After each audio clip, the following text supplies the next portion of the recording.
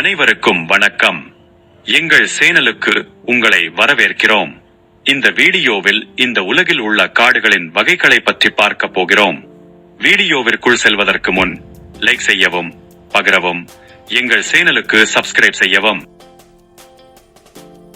உலகில் உள்ள பல்வேறு வகையான காடுகள் அட்சரேகை, காலநிலை மற்றும் ஆதிக்கம் செலுத்தும் தாவரங்கள் போன்ற காரணிகளின் அடிப்படையில் காடுகளை பல வகைகளாக பிரிக்கலாம். முக்கிய வகைகளில் வெப்பமண்டல காடுகள், மிதவெப்ப காடுகள் மற்றும் போரியல் காடுகள் ஆகியவை அடங்கும்.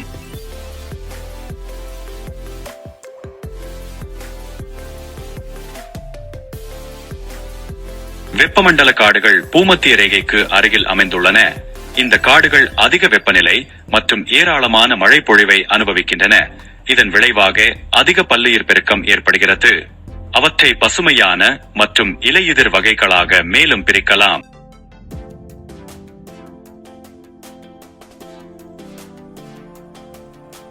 மிதவெப்ப காடுகள் மத்திய அட்சரேகைகளில் காணப்படுகின்றன.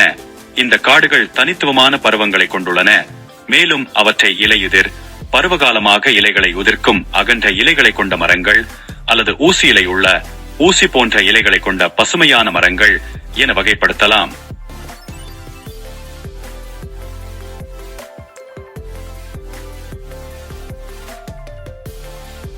போரியல் காடுகள் வடக்கு அரைக்கோளத்தின் உயர் அட்சரேகைகளில் அமைந்துள்ளன.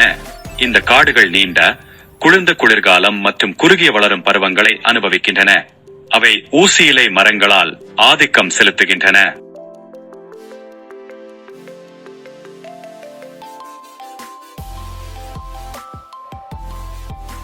மழைக்காடுகள் என்பது அதிக மழை பொழிவு மற்றும் மூடிய மர விதானத்தால் வகைப்படுத்தப்படும் ஒரு அடர்ந்த காடு. இந்த சுற்றுச்சூழல் அமைப்புகள் நம்ப முடியாத அளவிற்கு வேறுபட்டவை.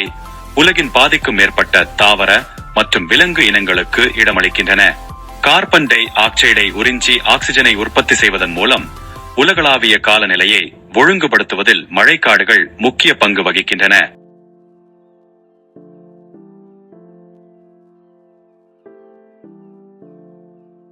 சதுப்பு நிலங்கள் அல்லது மங்கள் என்றும் அழைக்கப்படும் சதுப்பு நில காடுகள் உப்பு சகிப்புத்தன்மை கொண்ட மரங்கள் மற்றும் புதர்களால் ஆதிக்கம் செலுத்தும் தனித்துவமான கடலோர சுற்றுச்சூழல் அமைப்புகளாகும்.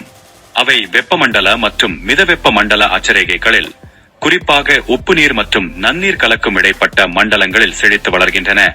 இந்த காடுகள் சேற்று, ஆக்சிஜன் இல்லாத அடிப்பகுதிகளால் வகைப்படுத்தப்படுகின்றன மற்றும் கடலோர பாதுகாப்பு மற்றும் பல்லுயிர் பெருக்கத்திற்கு அவசியமானவை.